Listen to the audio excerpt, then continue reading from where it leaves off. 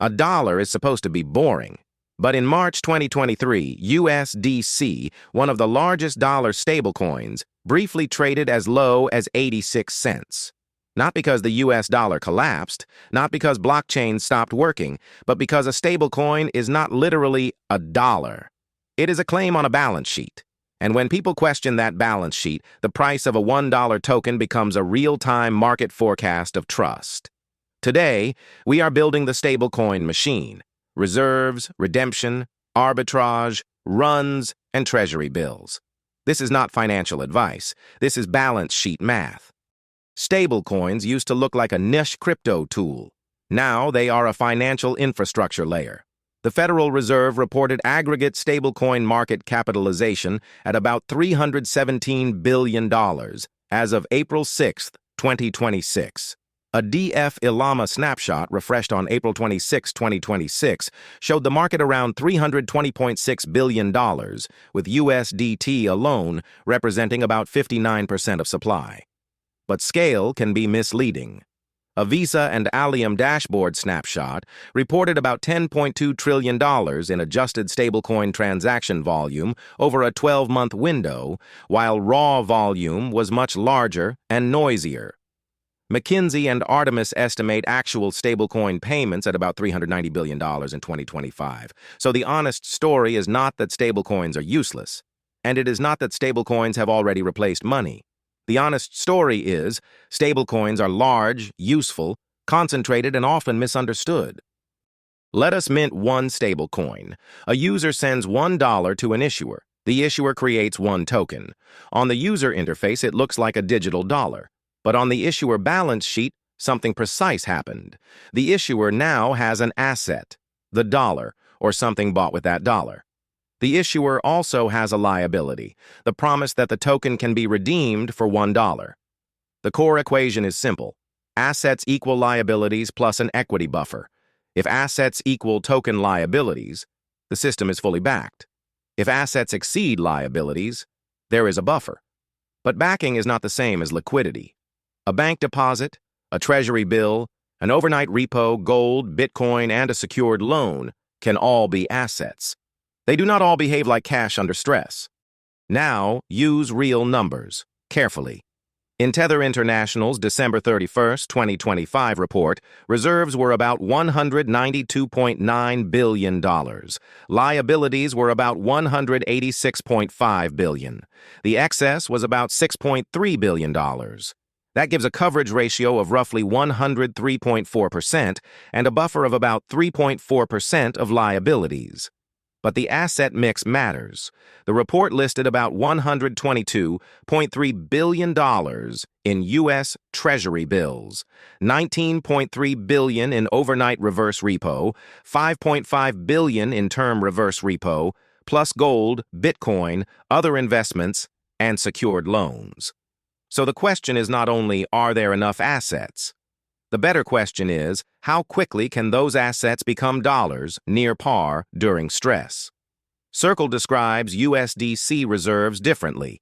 The majority are held in the Circle Reserve Fund, an SEC-registered government money market fund, with the remainder in cash, mostly at large banks.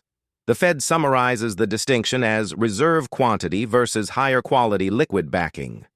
So, why does a stablecoin usually trade near $1? Because redemption creates an arbitrage anchor. Suppose a token trades at 99.5 cents. If an approved arbitrageur can buy it for 99.5 cents, redeem it for $1, and pay less than half a cent in fees and friction, the trade is profitable. The formula is profit equals $1 minus redemption fees, minus friction, minus the market price. That buying pressure helps pull the market price back toward the peg. But this mechanism depends on three things. Redemption must be open. The issuer must be trusted. And the arbitrageur must be able to move between the secondary market and the issuer's primary redemption system. When those links weaken, the peg stops looking like a rule and starts looking like a market price. The cleanest case study is the March 2023 USDC depeg. Silicon Valley Bank experienced more than $40 billion in withdrawals in one day and entered resolution.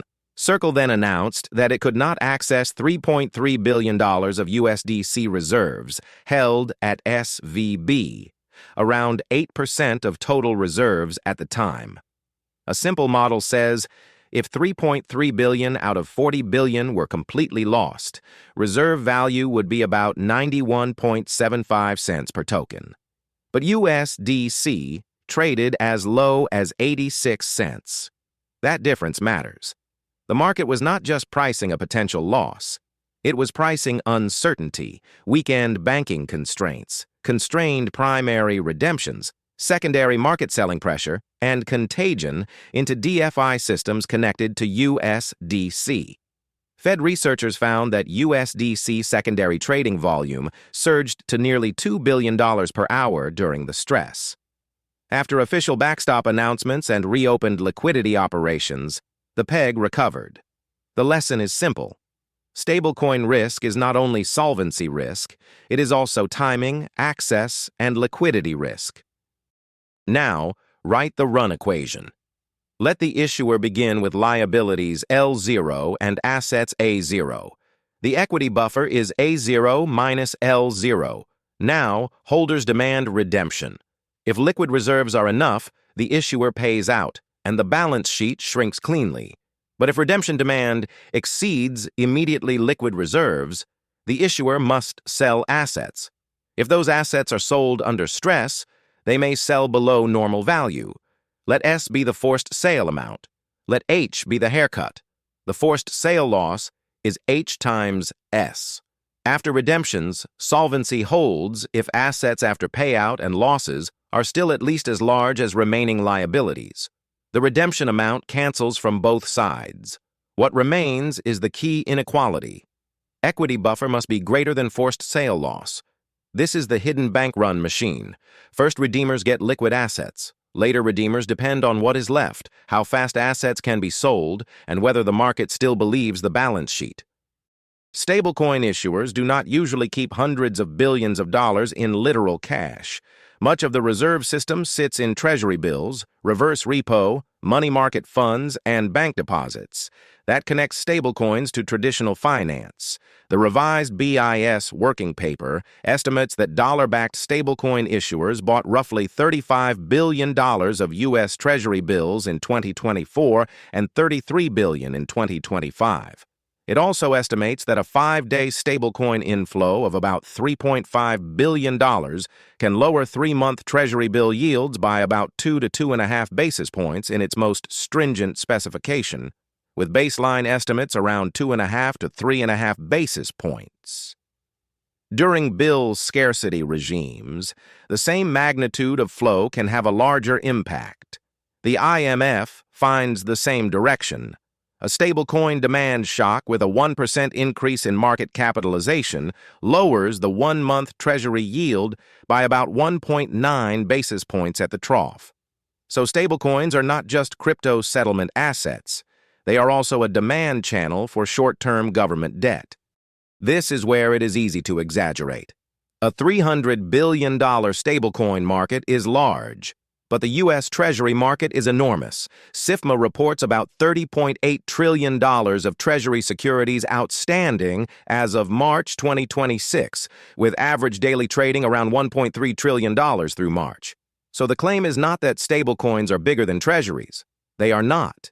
The real question is local liquidity. Which instruments are held? How fast do they have to be sold? Which dealers intermediate the sale? Are markets already stressed? And is confidence still falling? That is why the ECB and BIS discuss run risk and reserve fire sales. Not because every stablecoin run automatically breaks the Treasury market, but because the feedback channel exists. A realistic story should also say what stablecoins do well. They settle on public networks. They can move value across borders without waiting for traditional banking hours. They are programmable, and they plug into exchanges, DFI protocols, payroll, remittance apps, merchant tools, and tokenized capital markets. McKinsey and Artemis estimate actual stablecoin payments around $390 billion in 2025. That is still tiny relative to global payments, but it is real usage. B2B payments are the largest identified category, around $226 billion.